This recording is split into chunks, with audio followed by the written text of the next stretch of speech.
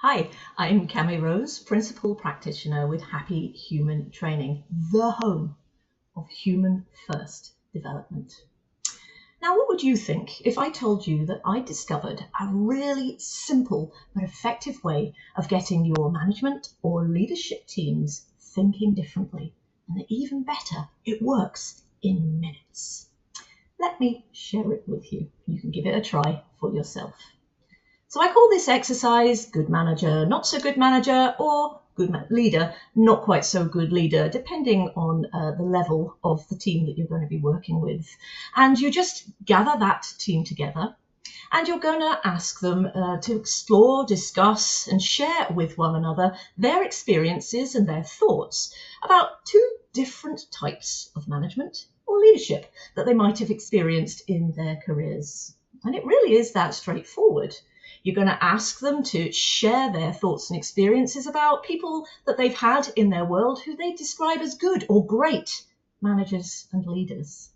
And likewise for the not so great examples. But crucially, what you're asking them to share is what was it that those managers or leaders were doing or not doing that made them describe them that way? In other words, what are the behaviours and the attributes of people that we typically think of as good or great, and folks that we don't think of as quite so good or great in the management and leadership space?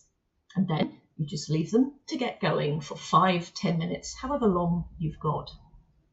Now, I usually find that folks really get into this, especially around the not quite so good experiences, and it might be worth reminding them, if necessary, that this isn't about naming and shaming. This is simply about what we notice about people and how they behave that makes us describe them a certain way.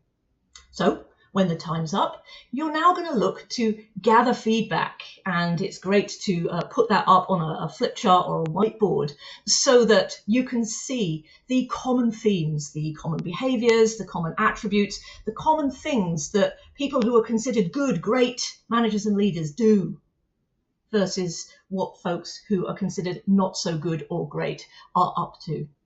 For extra brownie points, you can ask them to now describe what was the impact on them personally of working for a great or good manager or leader, and likewise, what was the impact on them personally of working for someone that they didn't think was a particularly great leader or manager. For me, this is where the penny drops. This is the magic moment, when right there in front of them and reconnecting and anchoring into their own human experience, they begin to recognize the difference between what we usually consider to be good and what we usually consider to be not so good.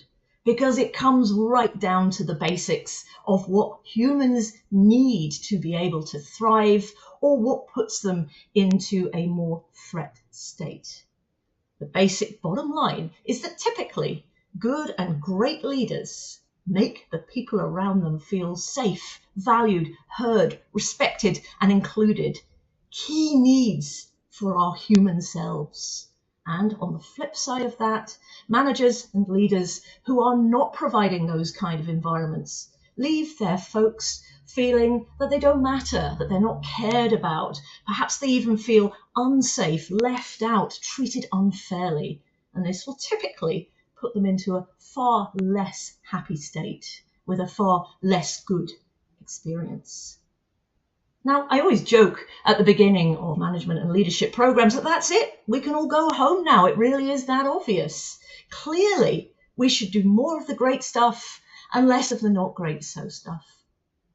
But here, from my point of view, is where this gets interesting, and where a lot of perhaps slightly more traditional management and leadership training doesn't really do any more than just tell you what you should be doing.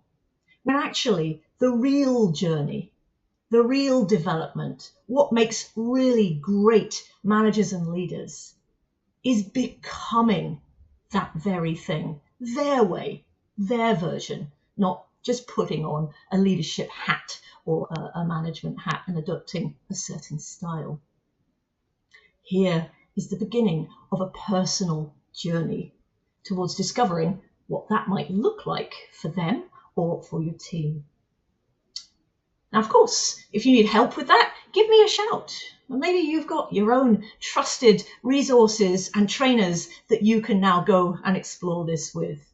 Either way, I hope that you enjoy.